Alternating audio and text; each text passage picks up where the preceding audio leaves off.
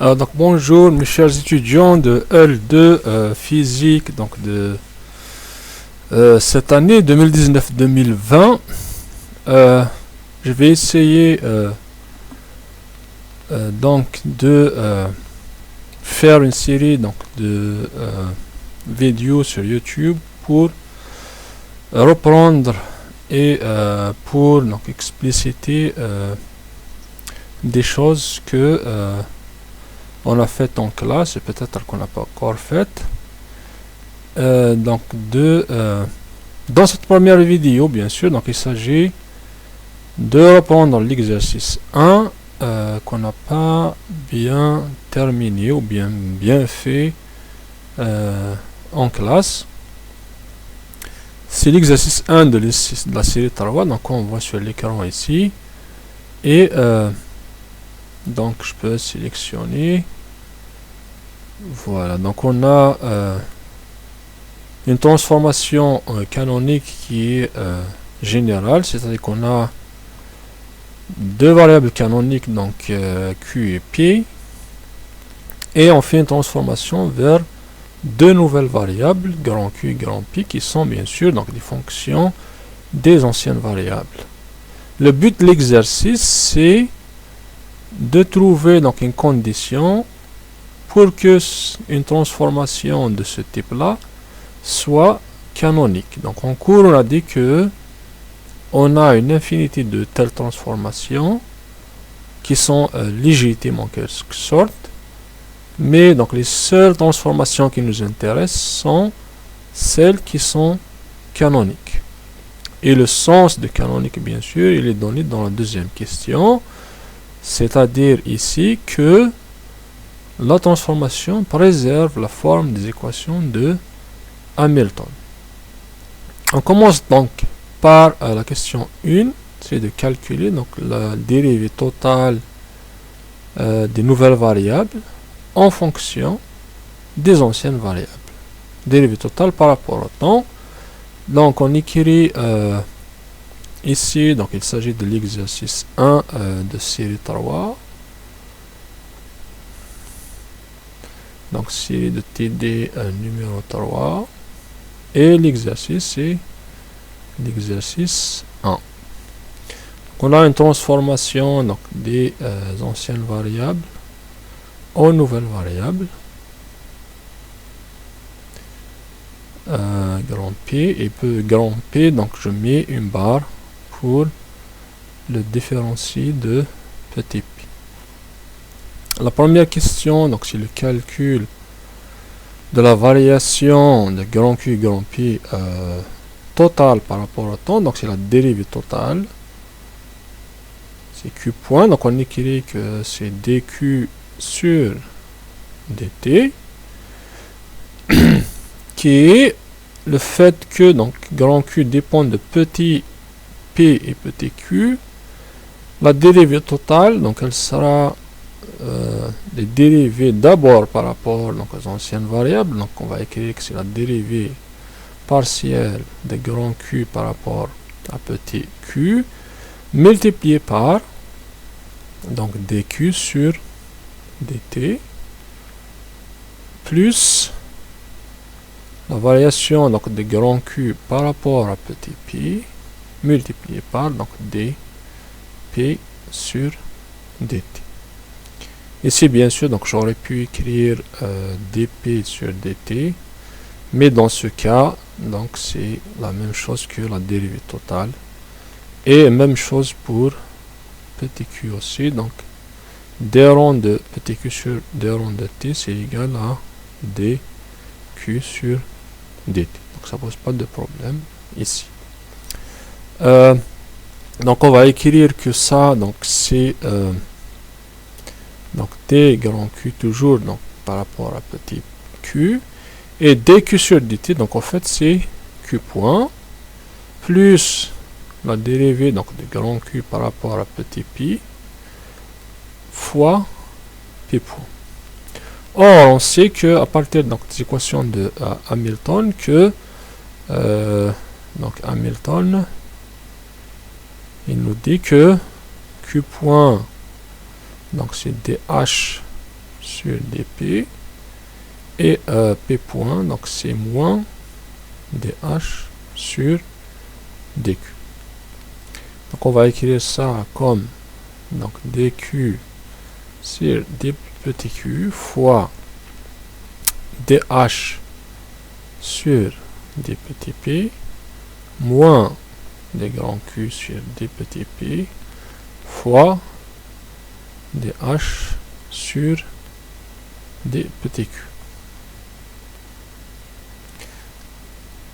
On peut faire la même chose pour p, donc la dérivée totale de p par rapport au temps, donc c'est d grand p sur dt, et on aura exactement la même chose, puisque jusqu'ici, donc tout est général, donc on n'a pas donné une forme explicite de grand P et grand Q, donc il suffit de remplacer grand Q par grand P pour avoir les mêmes équations.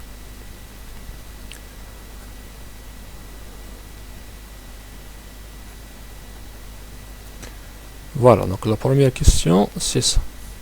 Maintenant, dans la deuxième question, il est demandé donc de spécifier donc quelles sont les conditions pour que la transformation soit canonique, c'est-à-dire pour qu'elle préserve la forme des équations de Hamilton. Donc on veut que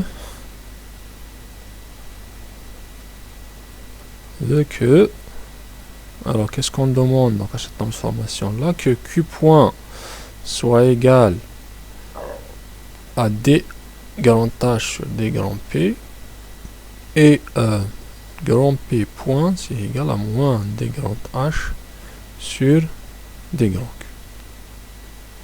Alors pour ce faire, donc puisqu'on a écrit déjà Q point à la fin de la première question, donc on a écrit que Q point c'est égal à donc D grand Q sur D petit q, donc fois DH sur D petit p, moins D grand Q sur D petit p, fois DH sur D petit q.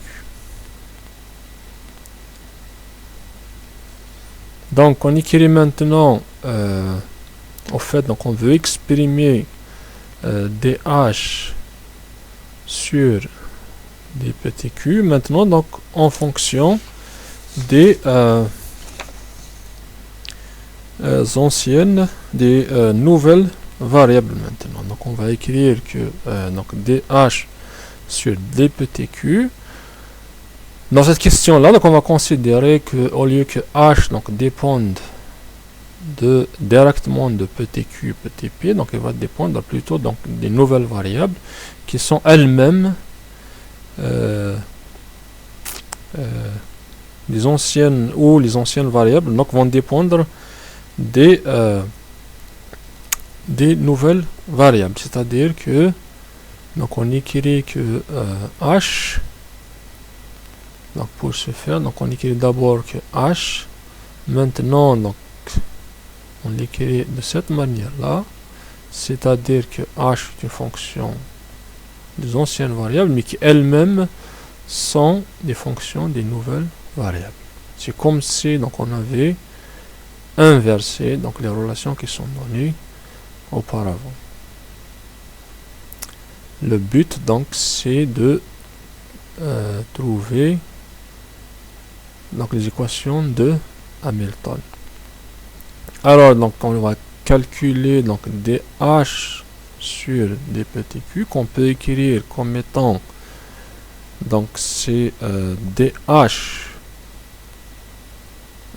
sur D grand Q. En fait ici donc c'est le contraire ici, donc on va écrire ça. Donc on va effacer ça et écrire que le h maintenant donc c'est plus donc une fonction directement des anciennes variables, mais plutôt donc c'est une fonction des nouvelles variables grand P et grand Q qui sont elles-mêmes donc fonctions des anciennes variables. Voilà. On veut calculer, donc dans cette formule là, donc on a dh sur d petit q et dh sur d petit p, donc on va les remplacer donc en fonction des dérivés par rapport aux nouvelles variables. Donc on va écrire que dh sur dq, donc en fait c'est dh sur d grand q fois d grand q sur d petit q, plus donc dh sur d grand p fois d grand p sur d petit q. Donc on dérive d'abord par rapport donc à cette variable là et cette variable là, et puis cette variable là, donc elle va être dérivée par rapport aux anciennes variables. Donc ça, c'est ce que je vais appeler, donc ce qu'on appelle au fait, donc c'est the chain rule.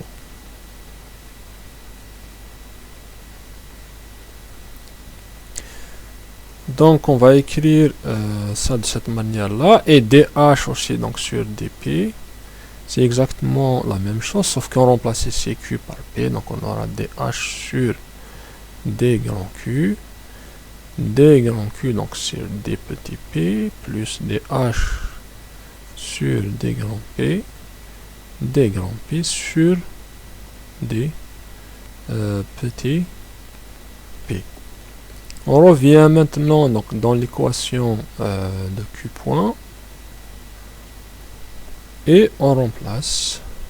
On va écrire que q point donc c'est d grand q sur d petit q, donc ça ne change pas, mais on remplace donc le dh sur dp, donc on le remplace par cette formule là, c'est-à-dire donc c'est dh sur d grand q fois d grand q sur d petit p plus dh sur d grand p sur d petit p moins, donc maintenant on ramène ce terme là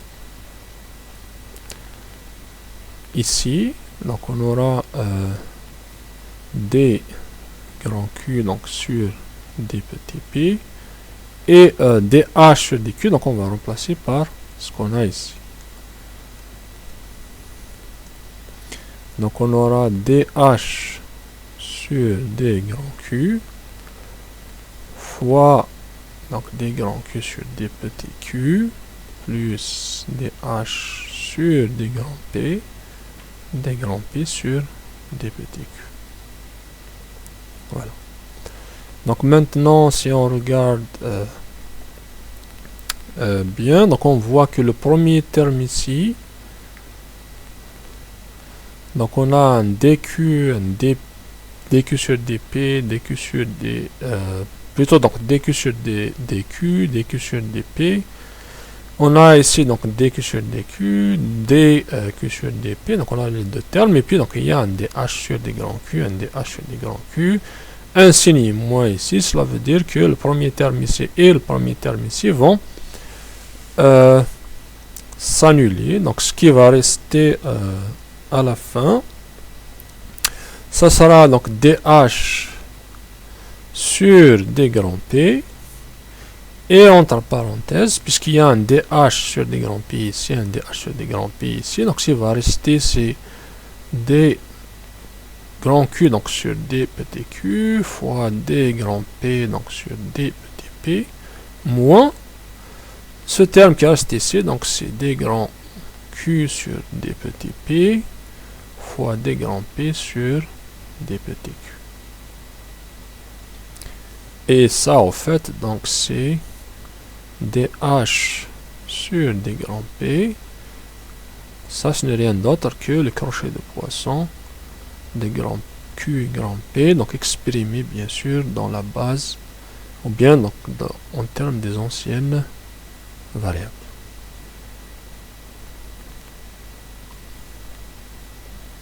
Et si on fait la même chose pour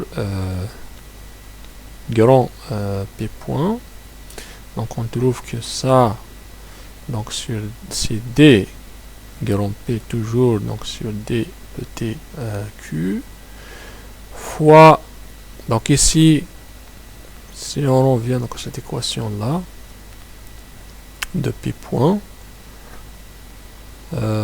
dans la première question, donc c'est D grand P sur D grand Q fois DH sur D, dP. Donc là aussi, donc on remplace DH sur dP par donc DH sur D grand Q fois D grand Q donc sur D petit p. Donc ici j'ai pas bien écrit donc les variables ici, donc c'est DH sur D grand Q fois D grand Q sur D petit p plus donc DH sur D grand P sur D petit p, et puis donc moins, c'est exactement la même chose, c'est grand P donc par rapport à petit p, et puis donc on a cette expression là, c'est DH sur D grand Q fois D grand Q donc sur D petit Q plus DH sur D grand P sur D petit p. Et là aussi, donc si on regarde bien, il y aura donc des termes qui vont s'annuler. Donc cette fois-ci, c'est le terme, donc c'est D grand P sur D petit p, D grand P sur D grand, D grand P sur D petit Q. Et ici, donc on a un terme similaire, donc c'est D grand P sur D petit p, et D grand P, donc ici on a, donc c'est ce terme là en principe qui va se simplifier. Ici la dérivée normalement c'est par rapport à petit q et non pas petit p. Donc ces termes, c'est le deuxième terme maintenant qui vont s'annuler, le deuxième terme ici et le deuxième terme ici. Ce qui va rester, donc on va mettre en facteur D grand H sur D grand Q, et à l'intérieur, donc il y aura D Q sur dP fois ce terme là, donc c'est D grand P sur D petit Q, moins ce terme ici, donc on va l'écrire comme ça, donc D grand Q sur, et je l'écris comme ça pour une raison, tout simplement, on va voir que ça sera aussi donc un crochet de Poisson, c'est D grand P sur D petit p. En fait, donc ça c'est moins donc DH sur D grand Q fois le crochet de Poisson de Q et P. Dans les deux cas, donc on a, si je résume ici, donc c'est Q point, donc c'est égal à DH sur D grand P fois le crochet de Poisson de Q et P, toujours donc exprimé en fonction des anciennes variables d'un côté, et de l'autre côté donc c'est grand P point qu'on vient de trouver, c'est égal à moins D grand H sur D grand Q fois le crochet de Poisson toujours donc de Q en fonction des anciennes variables. Et si on revient donc à la condition maintenant, on veut que ça soit égal à DH sur D grand P, et ça donc il faut que ce soit égal à DH sur D grand Q. Si on a ça, donc on a préservé les équations de Hamilton, et on voit ici donc le seul facteur commun ici c'est le crochet de Poisson de grand Q et de grand P, et donc la condition il est clair que la condition donc pour que la transformation soit canonique, et cette condition là c'est que le crochet de Poisson donc de Q et P est égal à 1. Voilà, donc c'est là, c'est la condition nécessaire au fait et suffisante pour que cette transformation là soit canonique. Puis reste donc les questions la question 3, donc on a fait ça en fait, mais donc ça ne gêne en rien de le refaire ici. Donc la question 3, c'est d'avoir donc ces deux transformations là, c'est Q nouveau Q, donc c'est égal à P. Donc on a la transformation QP vers la transformation vers une nouvelle variable, donc ça c'est égal à P, petit p, et grand P, donc c'est égal à petit q. L'idée maintenant donc c'est de voir est-ce que cette transformation là est canonique, et la condition pour qu'elle soit canonique, donc on l'a ici, c'est cette condition là.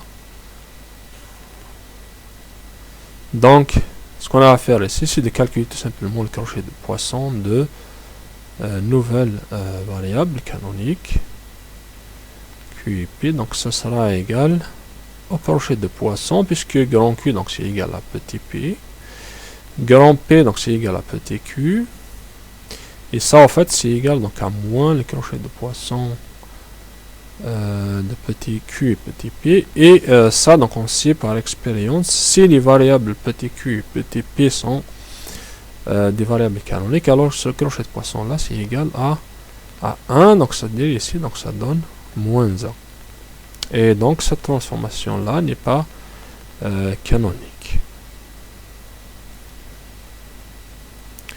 puisque le crochet de Poisson donc est différent de 1.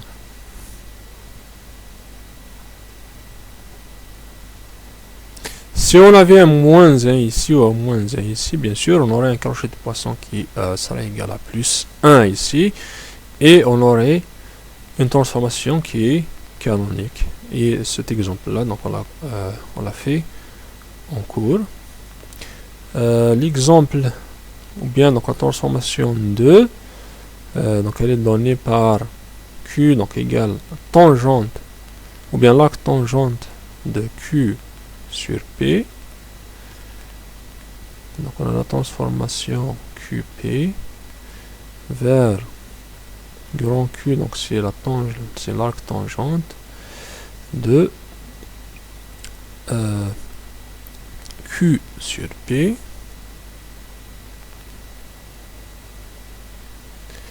et grand P c'est égal à Q carré plus P carré sur 2.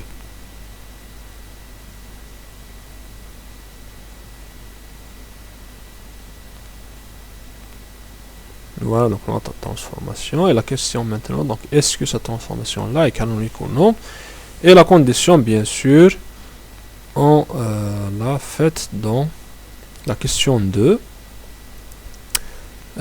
c'est donc de calculer le crochet de Poisson, donc des nouvelles variables, et voir est-ce que cela donne 1 ou non. Donc on veut calculer le crochet de Poisson de Q et P,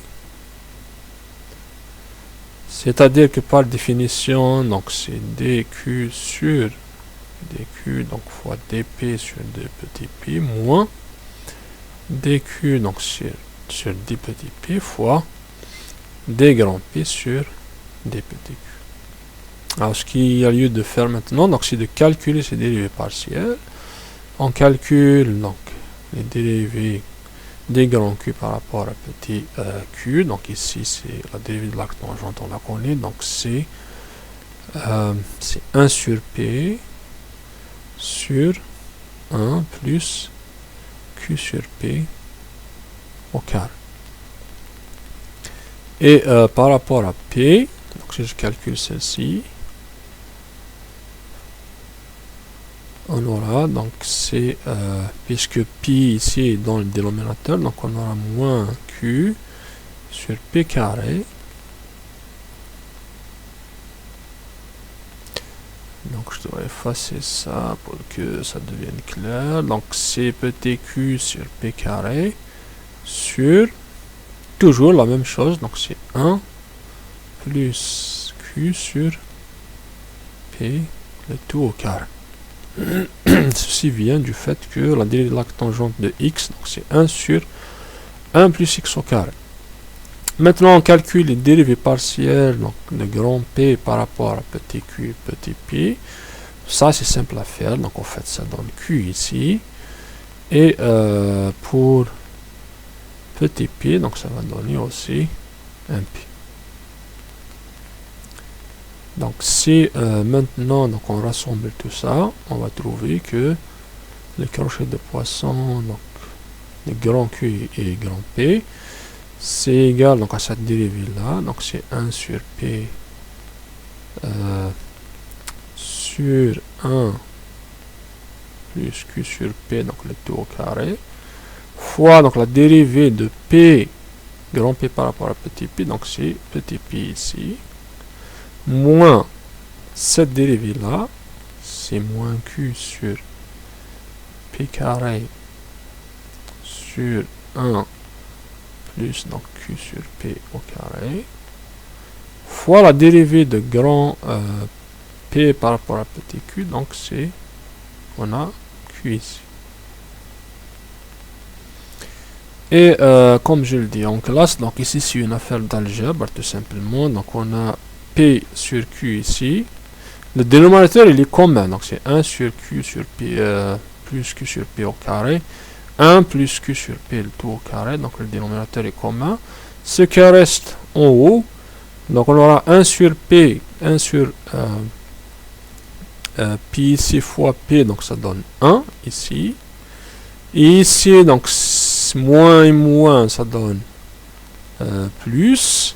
Donc à la fin, on aura ici 1 plus Q fois Q, donc c'est Q carré sur P carré. Et dénominateur, donc on aura 1 plus, moi si je l'écris, donc ce sera Q carré aussi sur P carré, c'est-à-dire que ça c'est égal à 1.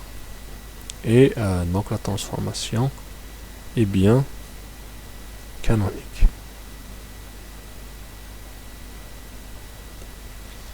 Voilà, donc ce qui termine l'exercice.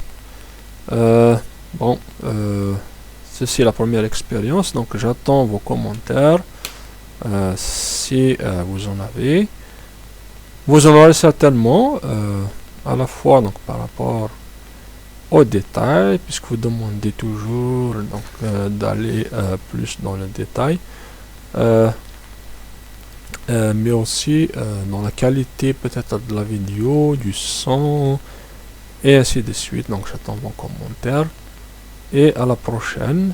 Donc j'aurai une autre vidéo donc à mettre sur le dernier exercice, je pense, de la série 2 où on avait fait donc une particule chargée dans un champ magnétique, et également donc je ferai une autre vidéo sur l'intégration numérique des équations de mouvement. C'est important à voir parce que dans la majorité des cas, comme je vous les ai déjà dit, donc on ne peut pas intégrer analytiquement, c'est-à-dire à la main, les équations de mouvement. Elles sont bien plus complexes que ce qu'on peut faire analytiquement.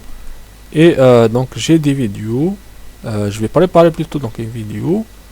J'ai fait les programmes déjà, donc ils sont sur le net. Je vous donnerai donc le lien vers ces programmes là. Et bien sûr, avant de faire cela, je dois expliquer d'abord de quoi est-ce qu'il s'agit, et d'expliquer aussi donc la structure des programmes. Comme ça vous pourrez écrire vos propres programmes et éventuellement aussi donc carrément donc modifier d'autres programmes pour les rendre donc accessible, pour les rendre plutôt donc pertinent à ce que vous voulez faire.